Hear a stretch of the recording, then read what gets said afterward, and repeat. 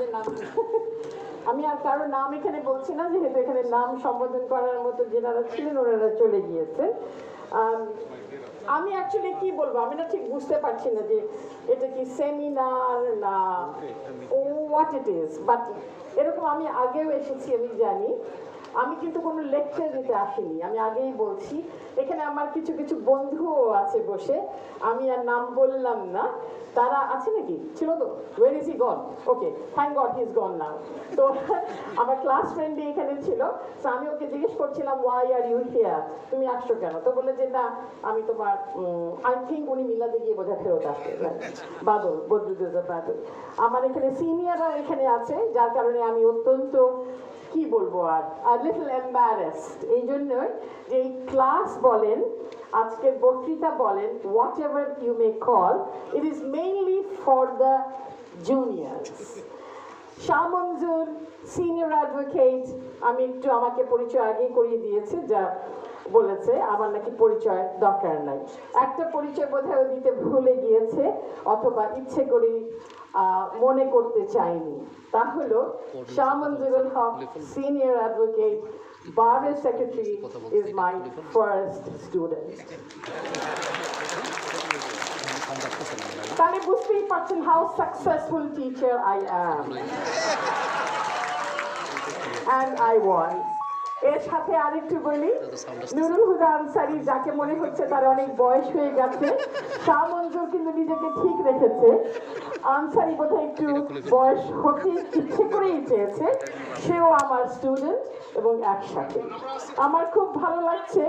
আমি এখানে যারা আছে তাদের কথাই বলছি যে আমার পেশাই শুরু হয়েছিল ওকালতি দিয়ে নয়, শিক্ষকতা দিয়ে। So I'm very proud of it that I was a teacher once upon a time. And আমার বাবা আমাকে বলতেন that once a teacher is always a teacher. And একসাথে সাথেই বলতেন once a judge is always a judge. আমি এখন করি, আমি একাডেমিক সেশনে যখন যাই তখন আমি টিচার হয়ে যাই, আবার আমি যখন উপরে বসি তখন আমি আবার জাজ হয়ে যাই। জাজ এবং টিচারের মধ্যে কিছুটা পার্থক্য কিন্তু আছে, আমি একটু বলবো আমার এখন ডেলিবারেশনের মাধ্যমে। তোমরা দাঁড়িয়ে আছো কেন? তোমরা বসে যাও না, একই আমাকে আরো নার্ভাস করার চেষ্টা করছে, যদিও আমাকে কেউ নার্ভাস করতে পারে না, এটা কিন্তু সত্যি কথা। এনিওয়ে, তো যেটা বলছিলাম, জুডিশিয়াল রিভিউ আমি একটু ফর্মালি বলবো, তারপরে আমি লেখা কোনো বক্তৃতা কোনো জায়গায় কখনো নিয়ে যাইনি, যদিও আমার সাথে সাথে কিন্তু বিশাল ফাইল বই অনেক কিছুই থাকে, কিন্তু সামহাউ দি আদার আমি আমার নিজের যেভাবে আমি বলতে পছন্দ করি, আমার লেকচার ঠিক লেকচারের মতো হয় না, যেটা আমাকে মানুষ বলে আর কি, I don't know what it is. তো আমি নিজে আমার নিজের মতন করে বলতে পছন্দ করি। আমি একটা জিনিস বলবো আজকে, আমি কিন্তু শেখাতে আসিনি, আমি লেকচারও দিতে আসিনি, আমি এক্সচেঞ্জ করতে এসেছি আপনাদের সাথে আপনাদের মতামত। কারণ কোর্টে আমি জানি খুব তাড়াতাড়ি আমি করে ফেলি, সেটা আমি জানি। অনেকের খুব কি বলবো, এটা একটা ওই যে আমরা বলি না সংক্ষুব্ধতা থাকে, গ্রিভড থাকে, ওই যে 102-তে আমরা বলি গ্রিভড পার্টি। তো এখানে ক্লায়েন্ট গ্রিভড হয় না, লয়ার্সরা অনেক সময় গ্রিভড হয় যে উনি বলতেই দেন না। কিন্তু আমি যদি বলতেও দেই, আমার রেজাল্ট কিন্তু যেটা থাকার সেটাই থাকবে, যার কারণে আমি বলতে দেই না। আর আরেকটা জিনিস হচ্ছে, এটা আমার স্বভাবগত, আই ক্যানট চেঞ্জ। সেটা হচ্ছে এই যে আমি যখন বুঝি যে সে বলতে পারছে না এবং বলছে যে আমি সিনিয়র, আমার লেগে আছে, সুব্রত চৌধুরী, এটা তো আপনার জন্য নয়, ও দেখতে আসলে ঠিক আছে, দেখা শেষ হয়েছে, ও মাই গড, পারফরমেন্স দেখে আবার সে আবার রাজা ইউ আর হিয়ার,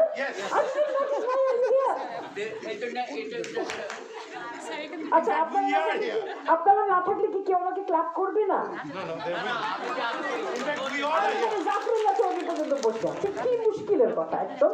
আচ্ছা যাই, তো আমি এই যে আমার ছন্দের পতন না, ছন্দে একটা আমার ছন্দ পতন হলো এই সুব্রত চৌধুরী সাহেবের কারণে।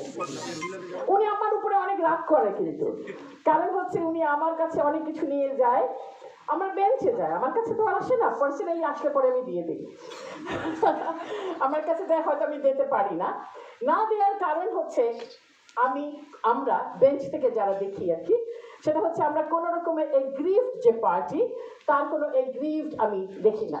কোনো একটা বেঞ্চে আজকে লিখেছে প্রেয়ারে, আমি বলে দিচ্ছি এই কারণে, কারণ এগুলি 102 কি, কে এগ্রিভ পার্টি, রিট কত রকম, এগুলি আপনাদের জন্য নয়। যদি আজকে একদম নিউ এন্ট্রেন্ট হতো তাহলে আমি তাদেরকে বলতাম 5 রকমের রিটার্ন ইত্যাদি। আজকে কোনো এক বেঞ্চে, আমি আর বেঞ্চের নাম উল্লেখ করছি না, প্রেয়ারে ভুল ছিল। কিরকম ভুল? ভুলটা হচ্ছে এই, আগে কিন্তু আমরা লিখি unlawful and without lawful authority, কথাটা লেখা থাকে, কিন্তু আজকাল লেখা থাকে ম্যালাফাইডি, আরবিট্রারি ইত্যাদি। সো আমাকেই বলা হয়েছে যে আপনি কিন্তু এটা বলবেন। উনিও রিটে বসতেন একটা সময়, কেউ না, আমরা তো সবাই ঘুরে ফিরেই বসি। সো অবভিয়াসলি প্রেয়ারে আমাকে একটু আগে বোধহয় মঞ্জুর বলছিল না, ওয়াইল ইন্ট্রোডিউসিং মি, বলছিলেন যে আমার টেকনিকটা কি, যে when I go I don't know what my technique is। এই কথাও আমি আপনাদেরকে বলি, যখন আমি আমার রুমে বসে থাকি, কোনো কিছু আমি দেখি, আমার কিন্তু এত তাড়াতাড়ি মাথায় ঢোকে না। যখন আমি উপরে বসি, it's Almighty's blessings, I do understand। এটা কিন্তু সত্যি কথা, I don't know how, but তাই বলে আমি 100 ঘন্টা লাগাই ওখানে বসলেও না। I'm a very quick person সব কিছুতেই, কথাও বলতে আমি তাড়াতাড়ি, আর অন্য কিছু বললাম না, সব কিছু হয়তো আমি একটু তাড়াহুড়ো বলবো না, বাট হয় না যে আমি লিখেও তাড়াতাড়ি, আমার পরীক্ষা লেখাও খুব তাড়াতাড়ি, সব কিছুই। সো ইটস বোধহয় maybe that I am a quick person, এটা হতে পারে। সো একটা আমি বলবো, সেটা হচ্ছে যে আপনারা একটা ভুল খুব করেন, যে বলেই ফেলি, সেটা হচ্ছে যে ওনাকে দিয়েছেন আমাকে দেননি। এটা কিন্তু খুবই কমন একটা, আমাদের কানে সবই আসে। তো আপনি মনে করেন না যে কানে আসে না, আপনারা যে কথা বলেন সেটাও আসে, এবং সেটা হচ্ছে দেয়ালেরও কান আছে সেটা। তো আমাকে দেননি, আমার সিনিয়র হলে দিতেন, আউট অফ কোয়েশ্চেন। সিনিয়র কেন? সুব্রত চৌধুরী সাহেব উনি জানেন, বিকজ হি নোজ, উনিও দাঁড়ালে পরে হবে না। উনি কেন, যে কেউ দাঁড়ালেই কিন্তু হবে না। অনেকে ইউসুফ হোসেন হুমায়ুন সাহেব থাকলে খুব ভালো হতো এটার জন্য না, আমি অনেক শ্রদ্ধা করি, উনি কিন্তু বুঝতে পারেন that this cannot be given. Based Majumdar Saheb আমাদের সবার পরিচিত শুধু নয়, আমাদের সবার প্রিয়, তার ছেলে এখানে বসে আছে, ছেলেও কিছুটা কিন্তু বাবার মতো হওয়ার চেষ্টা করেছে এবং করে, এবং তার জন্য আমরা খুব happy, because we can see a reflection of his late lamented father, which we are very proud of. কারণ আমি as a student I have seen him. When my father was a sitting judge, তখন আমি বাসেদ মজুমদার সাহেবকে অনেক দেখেছি, আরও অনেককে দেখেছি, তো he was also one of them. And আমি রাজাকে দেখেছি অনেক ছোট হিসাবে, আমাকে একটা নাম ধরে ডাকে, কারণ যেহেতু আমি একেবারেই বাচ্চা বয়সকে দেখিনি তাকে। সো হি অলসো আন্ডারস্ট্যান্ডস যে এটা কিন্তু দেওয়ার মতো নয়। তো যখন আপনি একটা ক্লায়েন্টের থেকে একটা ব্রিফ নেবেন, be sure that you will get it. আরেকটা বলি, অনেক সময় হয় এক বেঞ্চে কিন্তু দিল না, আমরা আউট করে দিলাম, আরেক বেঞ্চে গিয়ে কিন্তু সে রুল অথবা ইন্টারিম অর্ডার নিতে পারে। দ্যাটস অল রাইট, আমি এটা নাথিং রং ইন ইট। আবার অনেক বেঞ্চ দেয় না, সেটা আবার এখন কিন্তু 8 নম্বর কোর্ট হয়ে গেছে, 20 নম্বর আর নাই। সো এখন 8 নম্বর কোর্ট দেয়, কথার কথা বলছি। সো এটার কারণটা হচ্ছে আমি দুটো ফ্যাক্টর খুব বেশি দেখি। নাম্বার 1 হচ্ছে যে আমার কাছে এসছে সে আসলেই এগ্রিভড কিনা, সে কোর্টের দ্বারস্থ কেন হয়েছে এটা আমি দেখি। নাম্বার 3 হচ্ছে, আমি কয়েকটা পয়েন্টস আমার আছে, এই পয়েন্টস বলে না ছকে, বাট ইটস নট দ্যাট আমি 12 ইঞ্চি স্কেলের মধ্যে থাকি, তা কিন্তু নয়। I always look on the left, 12 ইঞ্চি 1 থেকে শুরু, I go beyond minus and plus 12 এর পরেও আমি যাই। এটার কারণটা হচ্ছে যিনি আমার কাছে এসছে, লয়ারের থ্রুতেই তো আসবে, পাবলিক লিটিগেন্ট যিনি আসবে এসেছে, অনেক সময় লয়ারই প্লেস করতে পারে না, তো তখন আমরা বলি এই গ্রাউন্ডটা নিতে, বেশিরভাগ সেটা অ্যাপেলেট ডিভিশনে হয়, হাইকোর্টে আমাদের সেটা আমরা করি না। But then sometimes I do say যে আপনার এই গ্রাউন্ডটা নেওয়া উচিত ছিল, তখন হয়তো যদি এরকম কোনো লয়ার হয়ে থাকে, he or she does bring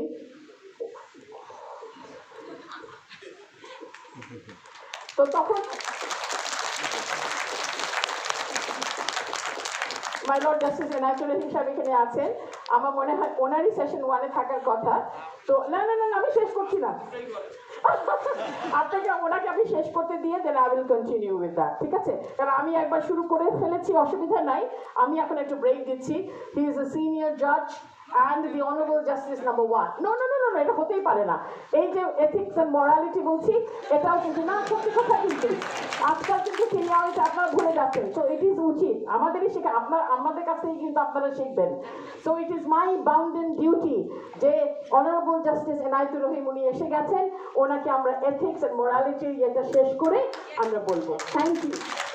না প্রশ্নই আসে না, যেভাবে বলছিলাম সেটা তো বলছিলাম। প্লিজ ইয়েস বলেন প্রশ্ন করলে আমি বলি, প্রশ্ন করলে হয় কি আই ক্যান আনসার। 5:30 অলরেডি বাজে, 6টার সময় কিন্তু অলরেডি এটা শেষ। প্রত্যেকটা পেয়ারে আমি 5টা জিনিস দেখি যে আদৌ সে গ্রিভড কি না। আপনি হয়তো জিজ্ঞেস করতে পারেন যে আমি প্রেয়ার দেখে কি করে বুঝে যাই, আমি কিভাবে বুঝি সেটা তো আপনার জানার বিষয় নয়। আমার কাছে হয়তো, আমাদের কাছে হয়তো একজন পিটিশনে নিয়ে আসলো, তার লিস্ট আমি বলেই দিচ্ছি কি লিস্ট যেমন শেষ হয়ে গেছে, 1423-এ কাউকে দিয়েও দিয়েছে। তো এখানে আমাদের assistant attorney general, deputy attorney general হয়তো অনেকেই আছেন, they know it very well. আপনার কিন্তু কোনো রকমের রাইটস কিন্তু আর নাই, তারপর আপনারা বলবেন আমি এনহান্স রেটে দিতে চাই, যা সরকার দিচ্ছে তাকে কম দিচ্ছে, আমি হাইয়েস্ট বিডার হয়েছিলাম। আপনার রাইটটা কি, আপনাকে কেন দেবে কোর্ট? কিন্তু আমরা মাঝে আমরা একটা করি, এতটুকু বেনিফিট বলে না, এই বেনিফিটটুকু দেই যদি দেখি যে হ্যাঁ তার এমন কোনো কারণ আছে যে তাকে একটা প্রমিস করা হয়েছিল। এগুলো কিন্তু আপনাদেরকে কোর্টে আমি বলি না, কিন্তু এই প্রমিসগুলি যদি থেকে থাকে তাহলে আমরা বলতে পারি দ্যাট হি হ্যাজ, আপনারা বারবার বলবেন লেজিটিমেট এক্সপেকটেশন কিন্তু এত সহজে আসে না। লেজিটিমেট এক্সপেকটেশন হওয়ার জন্য কিন্তু তেমন গ্রাউন্ড লাগবে যেটা আমার একটা লেজিটিমেট এক্সপেকটেশন। জুডিশিয়াল রিভিউ করতে গেলে 102 এর মধ্যে 1, 2, 3, 4, 5-এর বাইরেও কিন্তু আমরা যেয়ে থাকি। আমার একটা রিসেন্ট জাজমেন্টে আমরা গিয়েছিলাম, যেখানে আমি জানি না নারীরা এখানে সবাই আছে বসে, মনে আছে কিনা আমি জানি না, 2007 সালের একটা রুলিং ছিল যেখানে একটা মেয়ে মেডিকেল পড়তে পারেনি, শুধুমাত্র ওই ফর্মে লেখা মানে ম্যান্ডেটরি প্রভিশন ছিল যে বাবার নাম দিতে হবে। সো বাবা, এটা বোধহয় এখন পাবলিশ হয়েছে কিনা I am not very sure, মানে জাজমেন্ট আমি অলরেডি ছেড়ে দিয়েছি, অনলাইনে হয়ে গেছে না? ও অনলাইনে হয়ে গেছে। আমি আবার পাবলিকেশনের পিছনে এত ছুটি না, আমি জাজমেন্ট দিয়ে দিই তারপরে কি হয় আমি জানি না। But the thing is this, yes, ওইখানে কিন্তু আমরা আলট্রাভায়োলেন্স ডিক্লেয়ার করিনি। আমরা কিন্তু বলিনি যে এটা 102 আপনার হ্যাঁ, নো, আমরা বলেছি এই যে একটা এম্পাওয়ারমেন্টের কথা যদি আমরা বলে থাকি, কিংবা তার রাইট যেটা আমরা বলে থাকি, আমি ডিসক্লোজ করবো না আমার স্ট্যাটাসটা কেন ডিসক্লোজ করতে হবে? আমি ম্যারিড না আনম্যারিড না, আমার বাচ্চা, আমার হাজব্যান্ড আমাকে ছেড়ে চলে গিয়েছিল কিনা, আমার বিয়ে হয়েছিল কিনা, এটা তো আমার কোর্টে এখানে জানার দরকার নাই। সো ওইখানে রাইটটাকে আমরা এনফোর্স করেছি, convention on the rights of the child plus conventions of the rights of the women. তো এগুলো করে আমরা বলছিলাম না যে 102 জুডিশিয়াল রিভিউটা কি। সো জুডিশিয়াল রিভিউ একেবারে টাইট, আমরা বলি ওয়াটার টাইট কম্পার্টমেন্টে কিন্তু নয়, আমরা এটাকে এক্সপ্যান্ড করতে পারি, এবং আমরা যখন যেরকম পরিস্থিতি হয় ঠিক সেই পরিস্থিতিকে নিয়ে ওটাকে আমরা এক্সপ্যান্ড করি। আমরা এমন কিছু করি না যেখানে এটা আমরা একটা আইন চ্যালেঞ্জ করে আসলে আমরা চট করেই কিন্তু আমরা আলট্রাভায়োলেন্স ডিক্লেয়ার করি না। আর আমি বলে না, সব কোর্টই তাই। There have been many amendments যেটা অনারেবল চিফ জাস্টিস অলরেডি বলেই গিয়েছে, 5, 6, 7, 8, 13, 15 সবই হয়ে গেছে, বাট ওগুলির অন্য পাবলিক পলিসি ডোমেইনে যেটা আছে সেটা আপনি সংক্ষুব্ধ হতে পারেন, কিন্তু ওইখানে সংক্ষুব্ধতা থাকলেও যেহেতু একটা পলিসি অফ দ্য গভর্নমেন্ট পলিসিটিকে আমরা ধরেই নেই এবং আমরা করেই নিচ্ছি, ইট হ্যাজ বিন মানে decided already by lots of cases যে policy matter cannot be enforced through court. অনেকেই বলে এটা আপনাদের হাত অনেক বড়, জুডিশিয়াল রিভিউ কেন আপনারা করতে পারবেন না, আপনারা করতে পারবেন, কিন্তু না, সেখানে করতে গেলেও কিন্তু আমরা এই 5-6টা জিনিস আমরা দেখি। ওই যে বলেছি, রাজা বলে জিজ্ঞেস করছিল, কে নাকি জিজ্ঞেস করছিল, the first whether you are aggrieved, আপনি কতটুকু লেজিটিমেট এক্সপেকটেশন আপনার আছে। থার্ড হচ্ছে আপনাকে দিয়ে এটা কি প্যান্ডোরাস বক্স ওপেন হবে কিনা। আমরা এমন কোনো কিছু দিতে চাই না যেটা করে একেবারেই আমরা বলি সেটা সবার জন্য উন্মুক্ত করে দেব, তাতে করে হয় কি এভরিথিং উইল ফল ডাউন, এটা আমরা কখনোই করতে চাই না। সো আমরা দেই, ওখান থেকে এক্সেপশনেরও কিন্তু এক্সেপশন আছে। আমরা এক সময় আইনে সবাই পড়েছিলাম every rule has N exception. আমরা কিন্তু এক্সেপশনের মধ্যে যদি কেউ প্রুভ করতে পারে অনলি দেন আমরা সেটাকে এক্সেপশন হিসাবে দেখি। যেমন রিসেন্ট একটা ঘটনাতে, যদিও এটা ডিসাইডেড হয়ে গেছে বলে আমরা আর কোনো রকমের, আই ক্যান সে ইট, সেটা হচ্ছে যে বাবা বসে আছেন, সে ফর এক্সাম্পল আমেরিকায় বসে আছেন। সো বাবা দিয়েছে পাওয়ার অফ অ্যাটর্নি ছেলেকে, ওই ছেলে পাওয়ার অফ অ্যাটর্নি দিয়েছে তার ফ্রেন্ডকে, ওই ফ্রেন্ড দিয়েছে আরেকজনকে। Can that be exercise? Out of question, because আমরা ফাইন্ড আউট করেছি, আমি ইয়েতেই ফাউন্ড আউট করেছি, because the man is a fugitive from law. তা আপনি এখন যতই বলেন না কেন পাওয়ার অফ অ্যাটর্নি দিয়ে কি আপনার অ্যাফিডেভিট সোয়ার করতে দিতে পারবো, প্রশ্নই আসে না। আরেকদিন নিশ্চয় এটা আরো হাস্যকর, হাজব্যান্ড অ্যান্ড ওয়াইফের বিয়ে হয়েছে, মানে অবভিয়াসলি হাজব্যান্ড অ্যান্ড ওয়াইফের তো বিয়েই হয়। They are husband and wife, husband বসে আছে আমেরিকাতে, ডিভোর্স পাঠিয়েছে, ওয়াইফ ডিভোর্স পাঠিয়েছে, I will be stand corrected here, but through authorize. আমি জিজ্ঞেস করলাম বিয়ে আবার অথরাইজ করে হয় নাকি? আই মিন বিয়ে তো বিয়ে, একজন বিয়ের মাধ্যমেই তো বিয়ে হয়, তাহলে প্রস্তাব তো দিতে পারে কারো মাধ্যমে, বিয়ে আবার কারো মাধ্যমে হয়ে আবার ডিভোর্সও কারো মাধ্যমে হয়, তাহলে বাকি রয়েছে কিন্তু বাচ্চাও তো কারো মাধ্যমে হতে পারে তাহলে। So he is not an aggrieved person. সে বলছে যে না, আমার ওয়াইফ চলে গিয়েছে আমেরিকাতে, আমি এগ্রিভড, কারণ আমাকে আমার ওয়াইফ প্লেনে ওঠার আগে ওই যে একটা 3 মাসের নোটিশ দেয় না, I will not say it because উনি এটা লাইন চ্যালেঞ্জ করেছেন, সেজন্য আমি এটা ব্যাপারে এখন আর কিছু বলবো না। এটা তো আমি বলছি, ওয়ান মাস্ট বি এগ্রিভড। প্রপার এগ্রিভ না থাকলে, লোকাল স্ট্যান্ডিং যেটা আমরা বলি, লোকাল স্ট্যান্ডিং যদি না থাকে তো কিভাবে দেবো বলেন? আপনারা মন খারাপ করে চলে যান, আই আন্ডারস্ট্যান্ড, বকাবকি করে চলে যান, সেটাও বুঝি, কিন্তু কিছু করার না, ওই বকাবকিটা আমাদের চামড়া এত মোটা হয়ে গেছে, আমার তো আর এখন কিছু মনে হয় না। But you must also understand যে আমি যেহেতু রিটের ব্যাপারে বলছি, কিংবা সিভিল কেসেস 5টা পেন্ডিং আছে, সিভিল কেসেস পেন্ডিং আছে, কেন আবার একটা রিট করবেন? আরেকটা আমার কাছে এসেছিল, দিস হ্যাজ বিন, এটা খুবই ভালো, এই জাজমেন্টটা বোধহয় প্রকাশ করা দরকার, সেটা হচ্ছে প্রিজনার্স। বিভূতি তরফদার আছে এখানে, যদি না থেকে থাকে সেই এনেছিল, আমার নাম মনে আছে সেজন্য বলছি।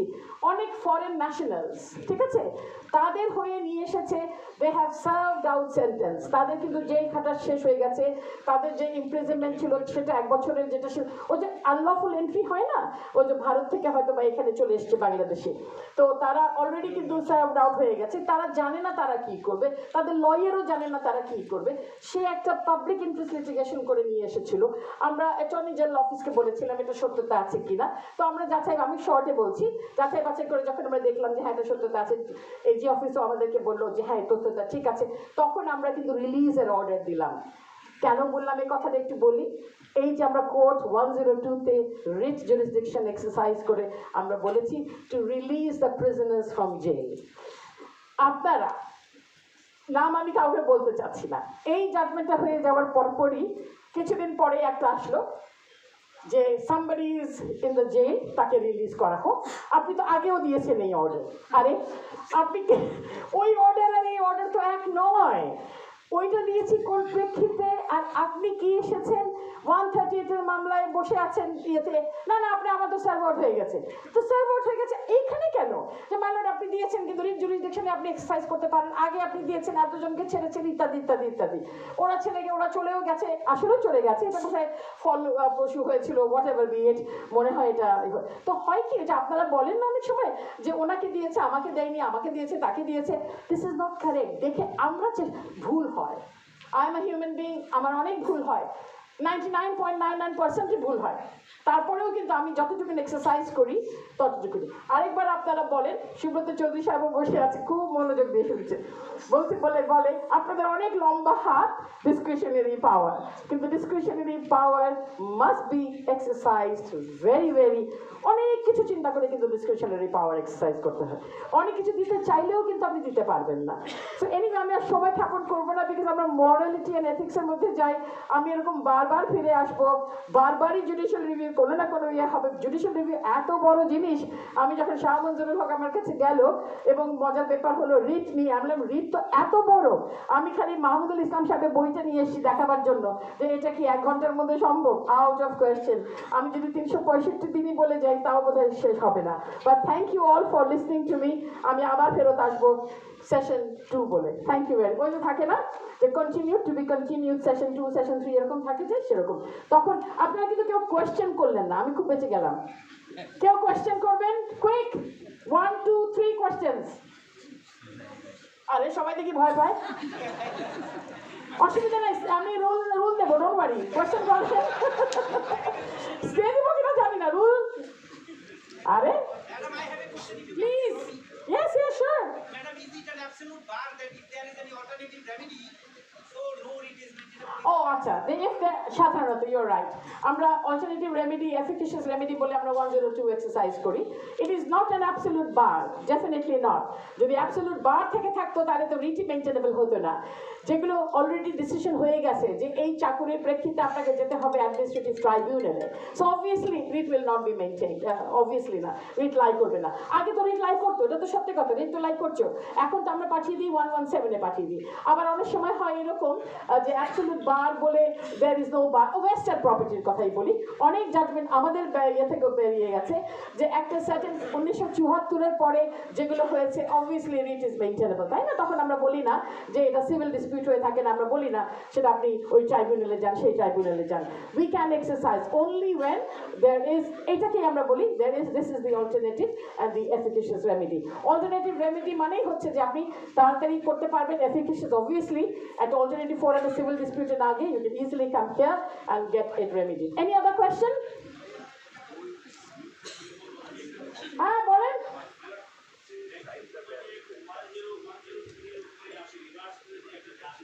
ব্যাংকিং কোম্পানি ফর রিভার্স করে যাবেন, অ্যাপেলের ডিভিশন আছে।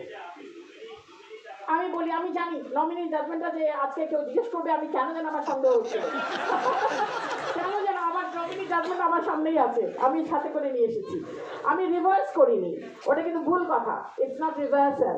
এটাও একটু বলিনি, সেটা হচ্ছে এই যিনি মারা গিয়েছিলেন mister x, he had 2 wife's, 2টা বউ তো থাকতেই পারে। ফার্স্ট ওয়াইফকে উনি ডিভোর্স করেছিলেন, উনি সেকেন্ড ওয়াইফ নিয়েছিলেন। আপনারা না জেনে কিন্তু কথা বলেন অনেক সময়, মানে কেউই না, আমরা তো সবচেয়ে খালি না জেনেই বলি। দুই বউর মধ্যে ফার্স্ট ওয়াইফকে ডিভোর্স করেছিল। ওরে বাবা, দীপু, হোয়াট এভার বি, না না মারা যায়নি দীপু, ও ইউতে না না ইয়ে ছিল তো, সিদ্দিকরা ইয়ে, ও তোমার নাম না, ও তো পেন্ডিং বিফোর অ্যাপেলেট ডিভিশন। তো আমি বলতে পারবো না, কাজে এটা আমার বলা উচিত না, যেহেতু যে পেন্ডিং আছে অ্যাপেলেট ডিভিশন, 2টা বেঞ্চে 2 রকম রায় দিয়েছে নমিনির উপরে। এইটার ফ্যাক্টটা ছিল এরকম, উনি সেকেন্ড ওয়াইফ নিয়েছে, সেকেন্ড ওয়াইফের কোনো প্রবলেম নাই, অসুবিধা নেই, ওনার যা কিছু আছে উনি ওনার সেকেন্ড ওয়াইফে পরে লিখে দিয়েছিলেন আউট অফ মোহাব্বত, প্রেম মোহাব্বত, ঠিক আছে? তো মোহাব্বত করতে গিয়ে লিখে দিয়েছেন সবকিছু ভালো। ওনার 1 ছেলে এবং 1 মেয়ে, বড় বড় ছেলে মেয়ে যখন হলো, তারা গিয়ে কিন্তু নিচের কোর্টে মামলাটা করলো যে আমরা আইনের দৃষ্টিতে আমরাও কিন্তু সাকসেসার, আমরা আমাদের সেকেন্ড মাকে কিন্তু ইয়ে করছি না, ইটস নট দ্যাট আমরা রেকগনাইজ করছি না। সো আপনি যেটা বলছেন রেকগনাইজ করছি না বলে আমরা শরিয়া মোতাবেক বলেছি, বিকজ এই ছেলে আর মেয়েও পাবে, এটা কোনটা পাবে, এটার মধ্যে ডিভিশন আছে অবভিয়াসলি, একটা হচ্ছে আপনার মুভেবল প্রপার্টি, একটা হচ্ছে ইমুভেবল প্রপার্টি। যদি ইয়ে থাকে তাহলে যতটুকু পাবে সে পাবে, আমরা ওভাবেই দিয়েছিলাম। নমিনি করেছিল কাকে? ও ওয়াইফকে, সেই জন্যই আমরা বলেছিলাম wife can B A nominee, but শেয়ারের অনুসারে কিন্তু ছেলে এবং মেয়ে পাবে। আরেকটা বেঞ্চ দিয়েছিল টোটালি ডিফারেন্ট, কাজেই এটা কিন্তু ভিন্নতর আছে। আমি ব্যাংকিং কোম্পানিজ অ্যাক্ট কিন্তু উল্টে দেইনি, it's a very wrong concept, I have not. Dipu তো আছে তাই না, ইজন্ট ইট? কারেক্ট কোয়েশ্চেন না? বেশ অনেকদিন হয়ে গেছে জাজমেন্টে দিয়েছি, তো দ্যাট ইজ দ্যাট। এটা ভুল কথা যে ব্যাংক কোম্পানিজ অ্যাক্ট কেন উনি উল্টে দিয়েছেন, নো নো নো, আমি উল্টে দিইনি। আমি বলেছি according to the sharia law, the husband মানে the husband has left heirs, তার সেকেন্ড ওয়াইফ, তার ছেলে এবং তার মেয়ে, এবং তারা ঠিক তাদের মতো করেই পাবে। এটা থ্যাংক ইউ। আর কেউ? আর কেউ? না, থ্যাংক ইউ। বেশ ভালোই লাগলো, যে তার মানে হচ্ছে কি আমি কিছুই বলতে পারিনি, যার কারণে এখানে প্রশ্ন করার মতো কিছু নেই। আরেকটা হচ্ছে এই যে এমনই কিছু বলেছি, কি প্রশ্ন করবো আমরা দেখলে জানি। তো অনেক ধন্যবাদ। Now I leave the floor to the honourable, ও তাকে দিব ইয়েকে, মঞ্জুরকে, আর মঞ্জুরকে দিয়ে দিচ্ছি। Thank you very much.